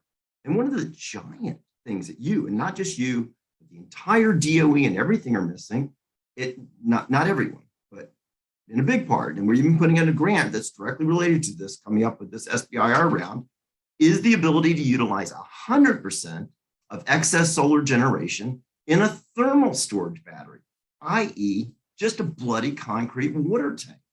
And so we're talking about a completely expensive, completely optimal way, that, by the way, is implicit in some of what Mark Jacobson is working on and all with his 100% renewable things. There's a big assumptions about the HVAC industry moving toward these more efficient systems. Well, I guarantee you, and we presented on this, and by the way, got Mark Jacobson as a consultant on our grant team based on an analysis off of the Blue Horizons project, I think I shared earlier with people, that involved using distributed thermal storage, and you get it right from the PV on your roof. It's the same system. I don't know if you guys know, but like Dave at Sundance has been pushing some of these water-based heat pumps that are for going net zero homes.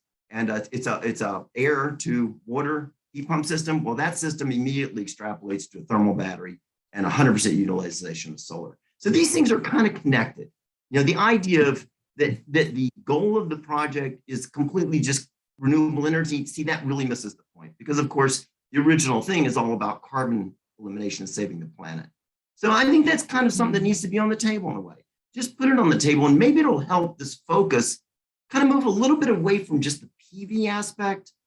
I mean, I really do disagree. I think distributed PV is absolutely here, because I think once you get this understanding, and once people like us get a DOE grant, if we could, and actually produce the product to make this thing just a turnkey capability in any home, this is where we're going to go, because distributed makes more sense for thermal energy, and it provides 100% ability to absorb any excess PV.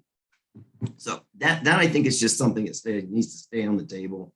And then I just wanted to throw back one other thing, and that is, you know, there's a bunch of Fed funds in the DOE available, and I hope we're paying attention to that.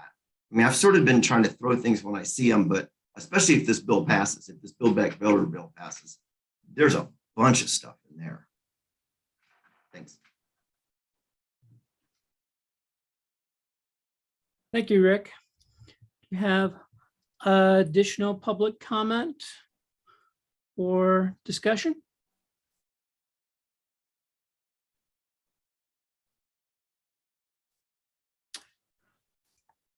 All right. So I made some notes during the meeting about things that I think we do need to discuss, not now, but perhaps try to arrange meetings to specifically focus on this. And one of them is definitely creating a group to explore how the Blue Horizons project wants to give comments to things, including, you know, as we talked with Julie, to the Utilities Commission to address policies and rules locally and statewide, to talk about how we want to provide input into the Buncombe County Comprehensive Plan. There's a lot of stuff that's moving, and we have a lot of expertise. And of course, we're committed to making sure as best we can that we have a zero carbon or 100% renewable energy, how we want to move forward. I think that this should actually be a full meeting, in addition to our next committee meeting. I mean, maybe not 2 hours, but at least so we can just really focus in on that. And so I wanted to get, because this is just my opinion, I wanted to get your opinion about if we think we do need to do that. And I do certainly think it's timely. So talk now. Hey, Keith, this is Jason. I'll just say, and Sam's actually in the box right below me, and my camera's acting something weird, but so might be a question for Sam, since the Blue Horizons Project Community Council is a function of the Greenbelt Alliance. It might be better to find out kind of how the board, how Sam's broader board of directors would want, one of their individual kind of business units, for a lack of a better word, to engage, or if they would want them to make recommendations to the GBA board for, some type of comment filing or something like that. So Sam, not to put you on the spot, but it seems a little bit, being an organization of, I would think that your board would want some level of participation in that process. Yeah, that is a good point. So let them weigh in on it and get their perspective. And as everyone knows, being a nonprofit, we're not allowed to advocate for a specific piece of legislation or a candidate. So, with a utility commission filing, the rules are a little grayer, but, like being able to like make a comment on something, saying based on our work, this would support our work, or this would hinder our work, that sort of thing.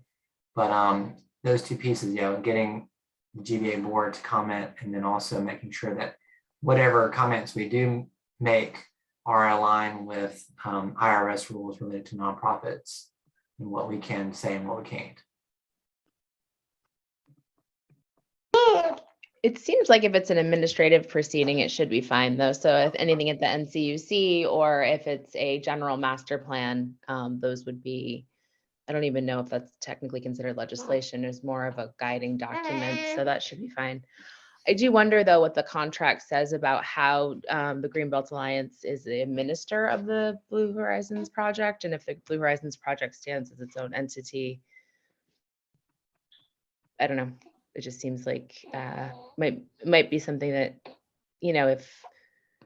if an advocacy group, and you guys not being an advocacy group, so that it just seems like it might be interesting to think about whether that entity would have editing authority over something that this group, which is more focused on policy work, would actually then influence. But I think it's a good idea. I wonder if there's something within our existing committee structure, like if our technical advisory group would just be advising on any policy statement that we might put forward, or if we need our own policy subcommittee.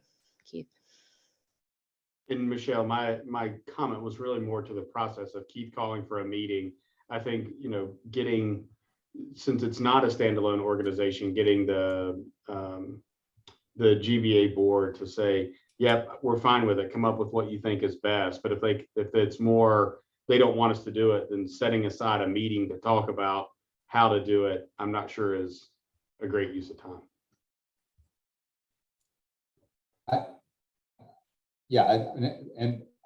I'll just add that some nonprofits that have advocacy organizations attached to it adopt an education perspective from the point of view of the nonprofit, retaining the nonprofit status, that there's an education function, which we obviously are in, which could be educating legislators, but there's not an advocacy function, which would require us to hire a lawyer and be a party to a proceeding. So we could educate people on the impacts of certain types of legislation. Well, and that's really what I see. I don't see us as trying to change legislation, but being able to constructively share our expertise.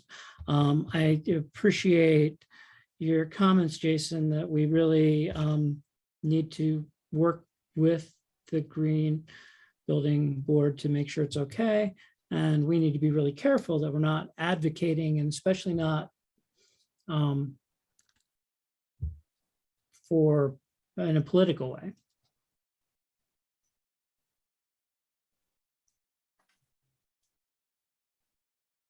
And I mean, just in case it's of any use at all, you know, and if necessary, Sam, if necessary, then, you know, I don't know why this organization couldn't be an independent 501c4 or whatever it is, whatever the different ones are, as needed, because that really is the function of this group, is to advocate for this stuff, is to go out and try to drive change. That's what the EITF was.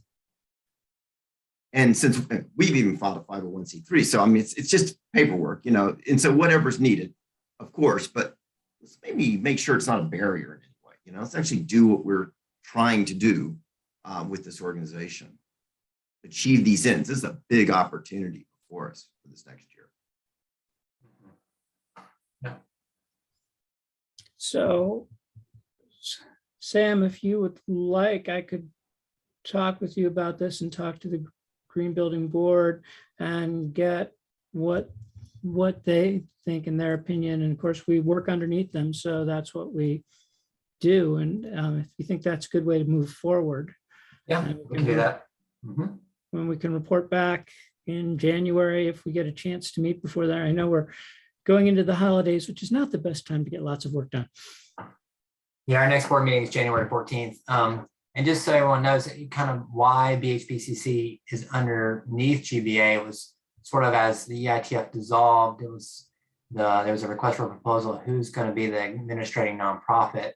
GBA won the contract as a way to essentially streamline the process of being able to start the work and get grants and receive donations and kind of do the work, you know. So, I mean, it could be at some point that this entity decides to become its own nonprofit or 501c3 or LLC. I don't know, who knows, you know, but essentially, yeah, currently BHPCC is part of GBA, but, you know, wouldn't necessarily have to always be that way. But, you know, it allows, by having a nonprofit structure, allows flexibility related to donations and program implementation. Great. So we'll talk offline and figure out what we need to do to make that happen, Sam. Yep.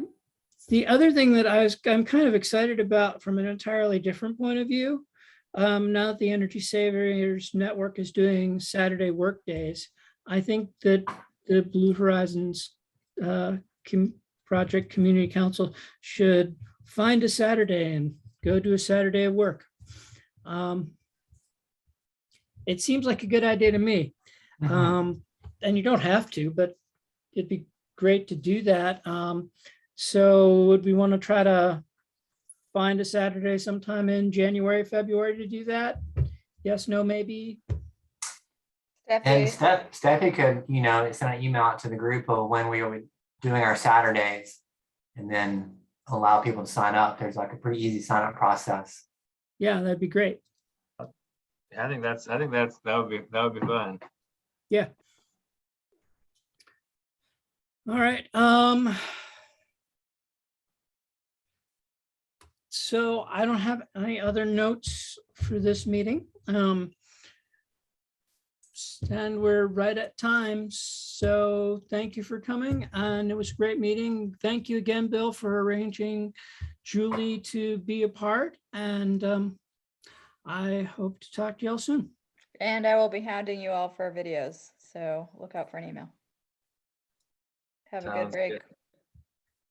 Thanks, everybody. Thank you. Happy holidays, everyone. No.